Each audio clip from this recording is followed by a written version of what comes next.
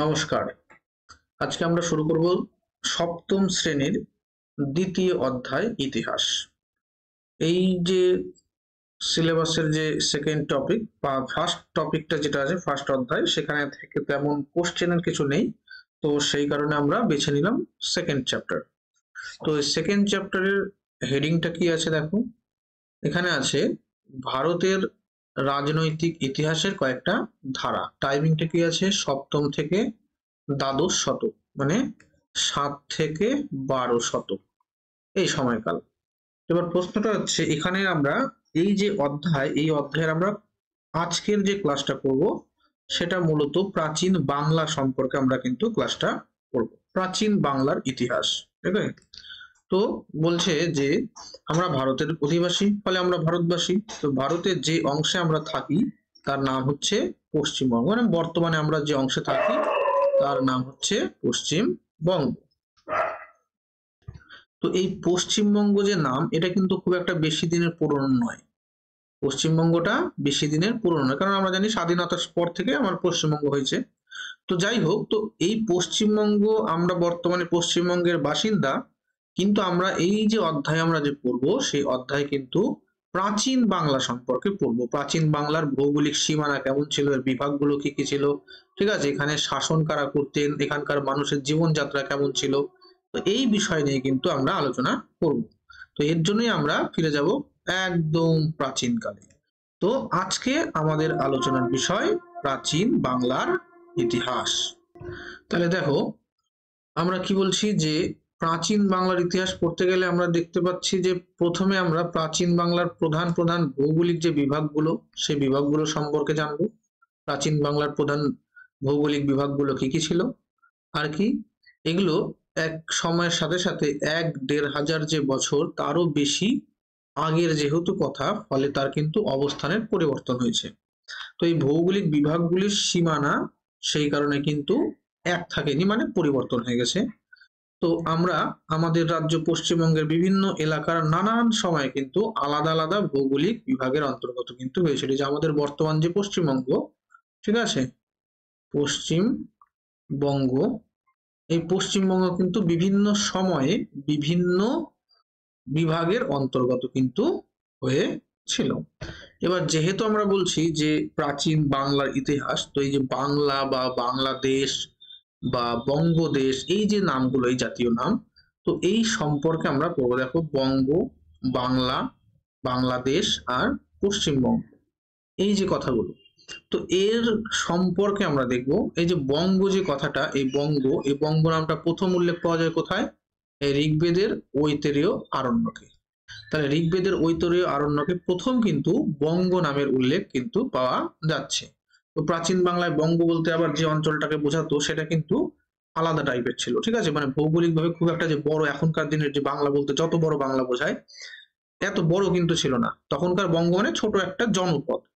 তো যাই হোক, তো প্রাচীন বাংলার জনপদগুলির মধ্যে বঙ্গ ছিল একটা বিভাগ মাত্র, মানে বঙ্গ একটা জাস্ট বিভাগ। এই বঙ্গ মহাভারতে বঙ্গ, পুন্ড্র, শূন্য এবং তাম্রলিপ্ত ইত্যাদি কয়েকটা আলাদা আলাদা রাজ্যের কিন্তু উল্লেখ পাওয়া যায়। তাহলে কি কি পাওয়া যাচ্ছে, এক বঙ্গ, এটা একটা, তারপরে পাওয়া যাচ্ছে কি পুন্ড্র, আর কি পাওয়া যাচ্ছে শূন্য, আর তাম্রলিপ্ত, তাম্রলিপ্ত, মানে এই কয়েকটা আমরা কোথায় পাচ্ছি, এই বিভাগগুলো মহাভারতে কিন্তু উল্লেখ পাচ্ছি।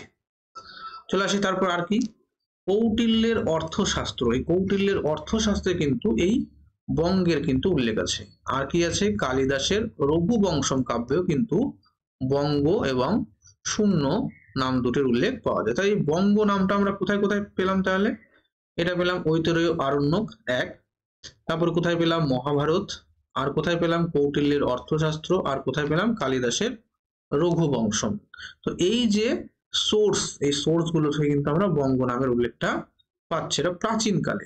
এবার চলে আসি খ্রিস্টীয় ত্রয়োদশ শতক, মানে মধ্যযুগ, সুলতানি যুগের শুরু। তো সেই সময় আমরা এই বঙ্গ নামের উল্লেখ কোথায় পাচ্ছি, এই সময় কিন্তু মিনহাজুস সিরাজ, ঠিক আছে, এই মিনহাজুস সিরাজের লেখা গ্রন্থে কিন্তু বাংলার বা বঙ্গ রাজ্যের যে একটা ছিল সেরকম আমরা জানতে পারি, সেটা সুলতানি যুগের ঐতিহাসিক।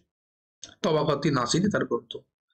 তো চলে আসি তারপরে মুঘল যুগের ক্ষেত্রে যদি বলি, বঙ্গ কোথায় আমরা পাচ্ছি? আবুল ফজল, মুঘল যুগের ঐতিহাসিক আবুল ফজল, এই আবুল ফজলের লেখা আইন ই আকবরী যে গ্রন্থ, এই গ্রন্থে কিন্তু সুবা বাংলা বলে এই বঙ্গের উল্লেখ করা হয়েছে। সুবা বলতে মুঘলরা প্রদেশকে বোঝাতো, মানে এখনকার দিনে যেমন রাজ্য, তখনকার অর্থাৎ মুঘল যুগে কিন্তু রাজ্য বোঝাতে তাকে বলা হতো সুবা, তো এই হচ্ছে সুবা বাংলা। তো এখানে কিন্তু আইনি আকবরীতে সুবা বাংলার উল্লেখ কিন্তু আমরা পাচ্ছি।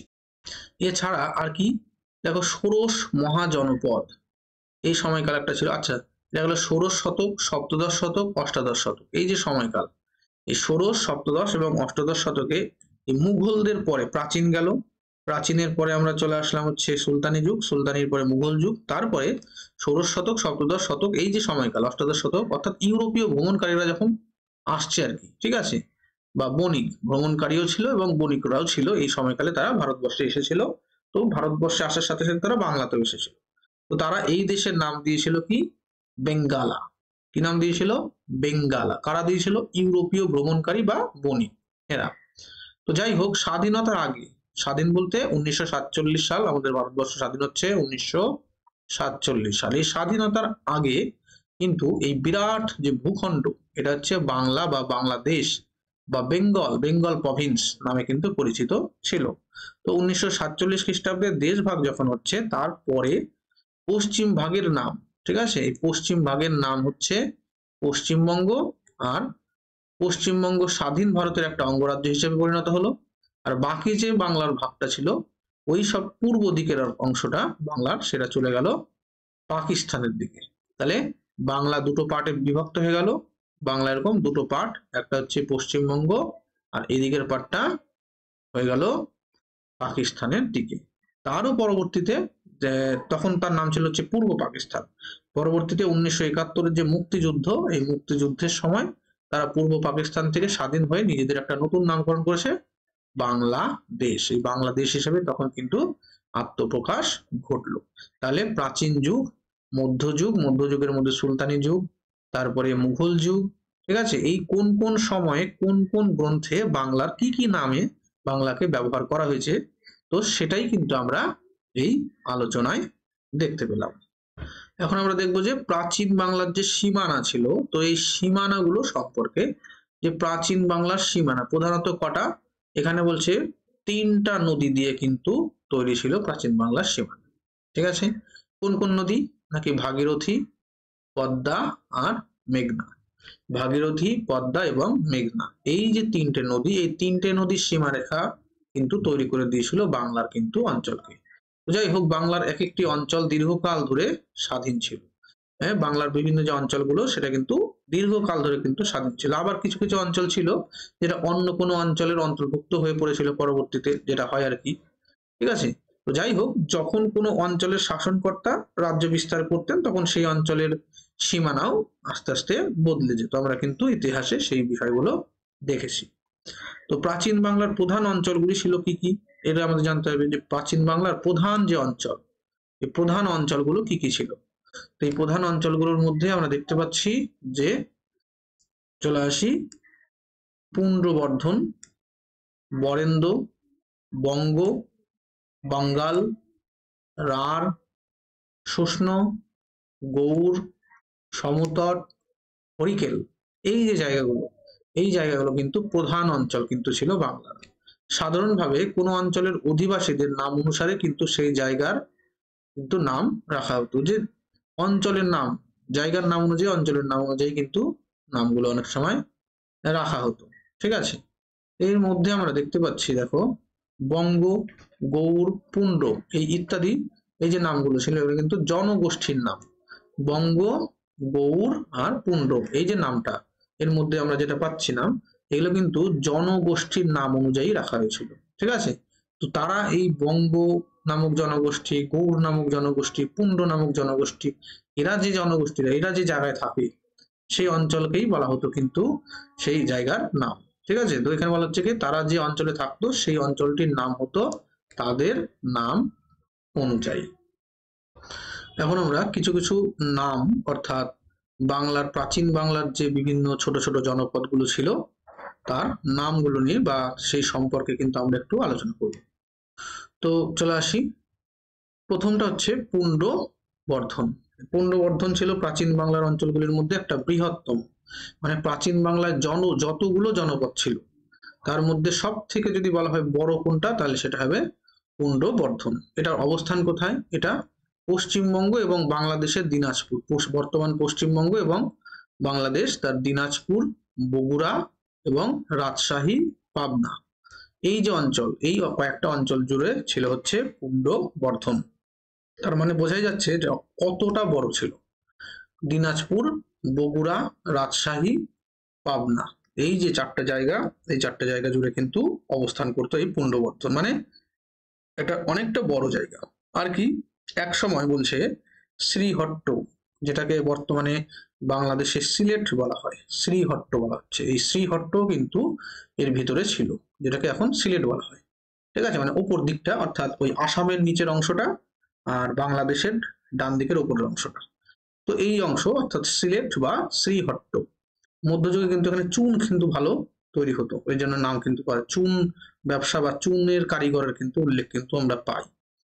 আর কি বলছে যে গুপ্ত যুগে পুণ্ড্রবর্ধন ছিল কিন্তু একটি ভক্তি, এই যে গুপ্ত যুগ, এই গুপ্ত যুগে কিন্তু পুণ্ড্রবর্ধন ছিল একটি ভক্তি বা শাসন এলাকা। ঠিক আছে, কাদের? গুপ্তদের।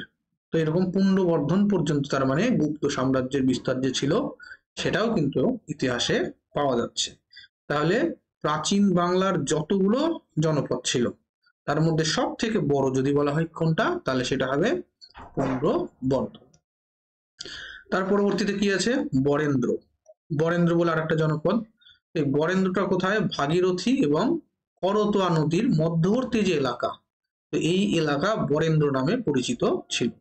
ঠিক আছে, বরেন্দ্র অঞ্চল বা বরেন্দ্রী অঞ্চল যে বলা হয় সেটা কোথায়? ভাগীরথী নদী এবং করতোয়া নদীর মধ্যবর্তী যে দোয়াব অঞ্চল, সেটাই হচ্ছে বরেন্দ্র। তারপর কি আছে? বঙ্গ। বঙ্গটা কি? বলা হচ্ছে যে প্রাচীনকালে পদ্মা ও ভাগীরথী নদীর মাঝখানে ত্রিভুজের মতো, ঠিক আছে, ত্রিভুজের মতো দেখতে একটা বদ্বীপ অঞ্চল ছিল। তো সেই বদ্বীপ ত্রিভুজের মতো যে অঞ্চলটা ছিল সেটাই কিন্তু বলা হচ্ছে বঙ্গ। ঠিক আছে, সম্ভবত ভাগীরথীর পশ্চিম দিকে এলাকাও কিন্তু এর মধ্যে ছিল। তো পরবর্তীকালে আমরা দেখতে পাচ্ছি যে পশ্চিম দিকে রাঢ় এবং শূন্য নামে আরো দুটি অঞ্চলের উৎপত্তি ঘটেছিল। বঙ্গের সীমানাও আস্তে আস্তে বদলে, অর্থাৎ নতুন যদি কোনো জনপদ তৈরি হয় তার মানে সীমানা পরিবর্তন হবে, তো সেটাই কিন্তু এখানে বলা হচ্ছে। তো খ্রিস্টীয় একাদশ দ্বাদশ শতকে বঙ্গ বলতে কিন্তু এখনকার যে বাংলাদেশ, সেই এখনকার বাংলাদেশের কোন জায়গাটা? নাকি ঢাকা, বিক্রমপুর, ফরিদপুর, বরিশাল অঞ্চল, এই অঞ্চলটাকেই বোঝায়। যদি বলা হয় বঙ্গ যে বলা হচ্ছে, তো সেই প্রাচীনকালে ওই যে বঙ্গটা, সেই বঙ্গর বর্তমানের যে জায়গা এখনকার হিসাবে আমরা যদি ধরি, তাহলে কোন জায়গাটা হবে? তাহলে সেটা হবে বর্তমান ঢাকা, বিক্রমপুর, ফরিদপুর, বরিশাল, এই যে অঞ্চল, এই অঞ্চলটাই হচ্ছে কিন্তু তখন বঙ্গ ছিল। কোনটা? পদ্মা নদী, ভাগীরথী নদী, এর মাঝখানে একটা ত্রিভুজের মতো কিন্তু বদ্বীপ অঞ্চল ছিল। তো এইটাই হচ্ছে বঙ্গ কিন্তু নামে পরিচিত। এটা দেখবো আমরা প্রাচীন বাংলার ছবি, মানে মানচিত্র, যে প্রাচীন বাংলা যে বঙ্গ, এখানে দেখো বঙ্গটা একদম স্পষ্টভাবে দেওয়া রয়েছে, বঙ্গ। ঠিক আছে, তো এই যে অঞ্চলটা, এই যে বদ্বীপের মতো যে অঞ্চল এরকম, তো এটাই হচ্ছে কিন্তু বঙ্গ। তো এখানে আরো ছোট ছোট রাঢ় অঞ্চল, ঠিক আছে, গঙ্গা, গৌড়, পুন্ড্র, ঠিক আছে, বারাক অঞ্চল, সমতট, হরিকেল, ভাগীরথী নদী, অজয় নদী, হ্যাঁ, নদ, তাম্রলিপ্ত, তো এইরকম বিষয়টা কিন্তু আমরা দেখতে পাচ্ছি। এটা হচ্ছে আমাদের প্রাচীন বাংলার চিত্র। প্রাচীন বাংলা দেখতে কেমন ছিল সে তার কিন্তু চিত্র আমরা এখানে দেখতে পাচ্ছি। তো অর্থাৎ যে বর্তমান যে বাংলাদেশ এবং বর্তমান যে পশ্চিমবঙ্গ, সেই দুটো অঞ্চলকে একসাথে মেলানোর পরেও কিন্তু বর্তমান ত্রিপুরা, এই জাতীয় যে জায়গাগুলো, এগুলো কিন্তু আসাম, ত্রিপুরা, এগুলো কিন্তু এর মধ্যে অবস্থিত কিন্তু ছিল। তাহলে বঙ্গের পরে আসবে হচ্ছে বাঙ্গাল বা বাঙ্গাল বা বাংলা। তো এখানে বঙ্গের পরে যখন বাংলা বা বাংলা নিয়ে আলোচনা হবে, তখন এই বাঙ্গাল বা বাংলা বলতে কি বোঝানো হচ্ছে?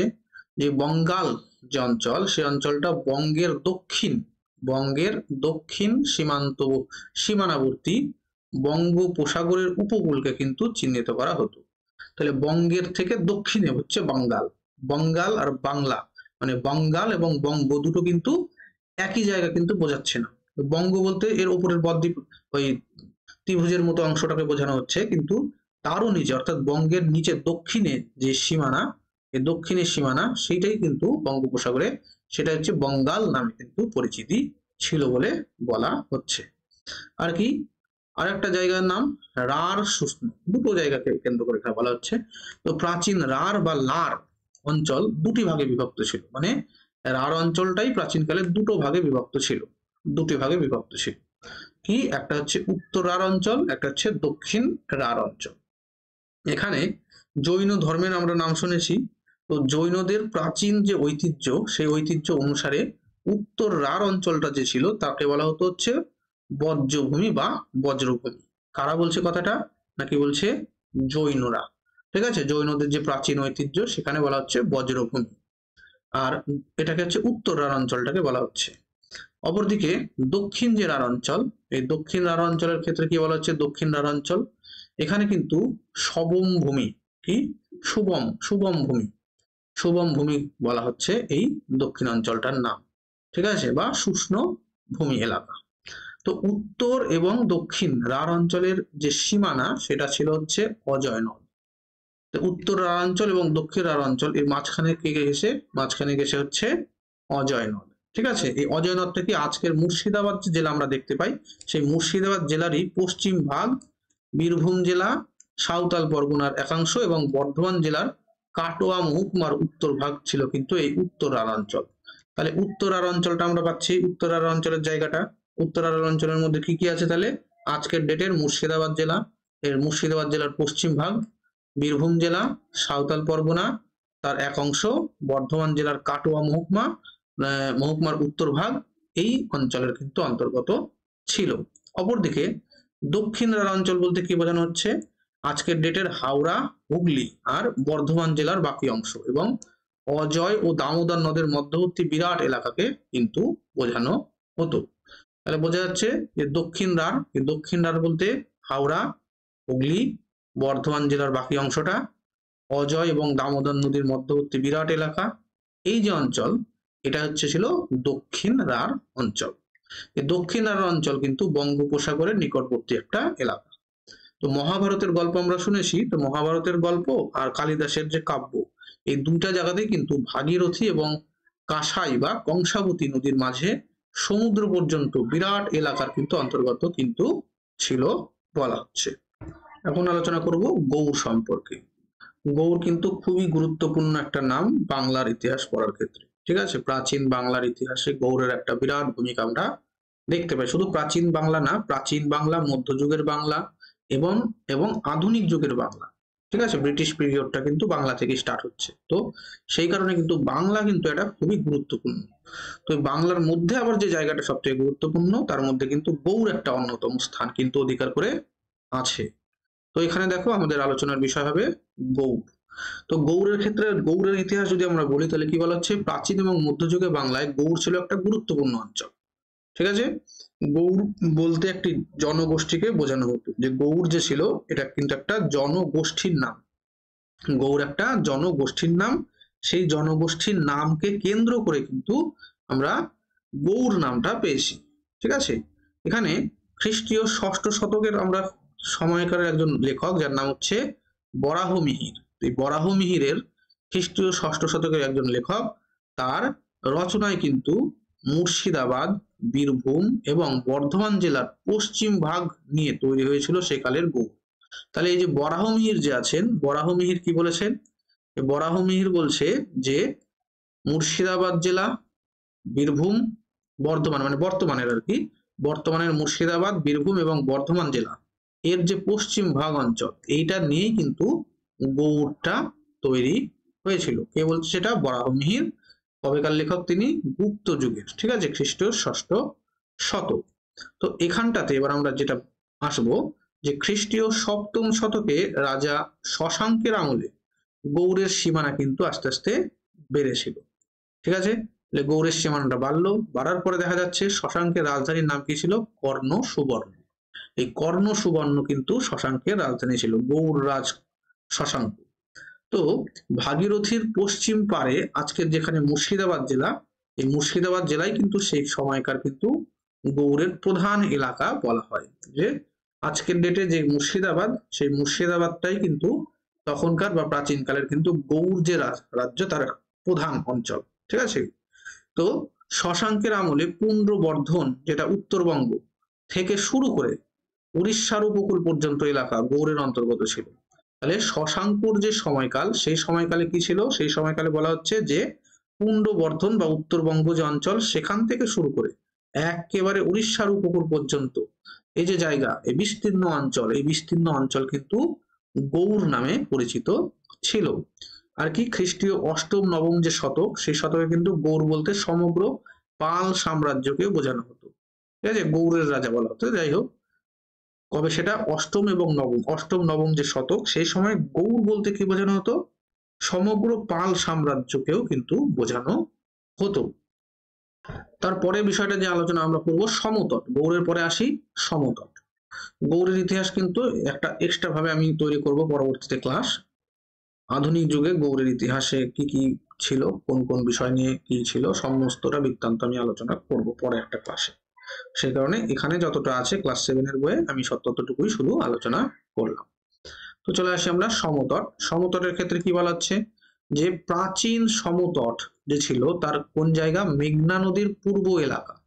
তো মেঘনা নদীর যে পূর্ব এলাকা সেটাই কিন্তু প্রাচীন সমতট। বর্তমানে বাংলাদেশের কুমিল্লা নোয়াখালী অঞ্চলের যে সমভূমি অঞ্চল, তাকে কেন্দ্র করে কিন্তু বিস্তৃত ছিল এই প্রাচীন সমতট অঞ্চল। তাহলে কি পাচ্ছি আমরা? দুটো জিনিস পাচ্ছি। প্রাচীন সমতটটা কি? মেঘনা নদীর পূর্ব দিক, আর অপরদিকে কুমিল্লা নোয়াখালী অঞ্চল। এই যে কয়টা জায়গা, এটাই হচ্ছে সমতট। ঠিক আছে, মেঘনা নদীর সমতটকে বাংলার বাকি অঞ্চলের থেকে আলাদা করে রেখেছিল। যে মেঘনা নদীটা সমতটকে বাকি অঞ্চল থেকে আলাদা করে রেখেছিল, এই কারণে সমতটকে প্রাচীন ইতিহাসে বাংলার সীমান্তবর্তী এলাকা বলে ধরা হতো। যে বাংলার সীমান্তবর্তী এলাকা যদি বলা হয়, তাহলে কি? বাংলার সীমান্তবর্তী এলাকা মানে হচ্ছে সমতট। তাহলে সমতট কোন নদীর তীরে অবস্থিত? সেটা হচ্ছে আমরা মেঘনা নদী কিন্তু পাচ্ছি। মেঘনা নদীর পূর্ব দিকের এলাকা, আর এদিকে কুমিল্লা নোয়াখালী অঞ্চল, এই যে অঞ্চলটা, এটাই হচ্ছে সমতট।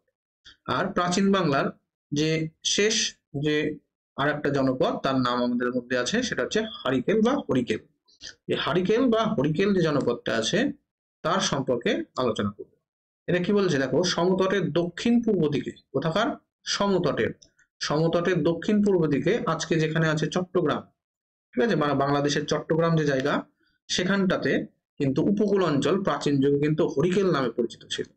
তাহলে বাংলাদেশের বর্তমান যে চট্টগ্রাম যে জায়গা, সেই চট্টগ্রামের উপকূল অঞ্চলটাই কিন্তু প্রাচীন যুগে হারিকেল বা হরিকেল নামে পরিচিত ছিল। তো মূলত এই যে কয়েকটা জায়গা, এই সম্পর্কে কিন্তু আমরা আলোচনা করলাম আজকে। তাহলে দেখো এখানে একদম যদি আমি প্রথম থেকে চলে আসি, এখানে পুন্ডবর্ধন, বরেন্দ্র, বঙ্গ, বাঙ্গাল, রাঢ়, সুস্নোদ, গৌড়, সমতট, হরিকেল, এই যে কয়েকটা জায়গা, এর মধ্যে আবার দেখা যাচ্ছে বঙ্গ, গৌড়, পুন্ড্র, এই যে কয়েকটা জায়গা, এরা কিন্তু জাতির নাম অনুযায়ী সেই জনপদ বা জনপদের নাম কিন্তু হয়েছে। ঠিক আছে, বঙ্গ একটা জনগোষ্ঠী, গৌড় একটা জনগোষ্ঠী, পুন্ড্র একটা জনগোষ্ঠী। এই জনগোষ্ঠীর নাম অনুযায়ী তাদের যে বসবাসকৃত অঞ্চল, সেই জায়গার নাম হয়েছে কিন্তু এই নাম অনুযায়ী। তো এই হচ্ছে আমাদের প্রাচীন বাংলার ইতিহাস। এই প্রাচীন বাংলার মোটামুটি ইতিহাস আমরা কোন কোন জায়গা, কোন কটা বিভক্ত, কোন কোন জায়গার অবস্থান কোথায় কোথায় ছিল, এই নিয়ে কিন্তু বিস্তারিত আমরা আলোচনা করলাম। তো আশা করি তোমরা এই বিষয়ে উপকৃত হবে। পরবর্তীতে তোমাদের যদি অন্য কোনো ক্লাসের প্রয়োজন হয়, আমাদের কমেন্ট সেকশনে কিন্তু অবশ্যই জানাবে। তবে আমরা এরপর দিন যে ক্লাসটা আলোচনা করব, সেটা হচ্ছে শশাঙ্ক। তো শশাঙ্ক সম্পর্কে কিন্তু নেক্সট ক্লাস আমরা আলোচনা করব। তো আজকের মতো এখানেই সমাপ্ত করেছি। Thank you.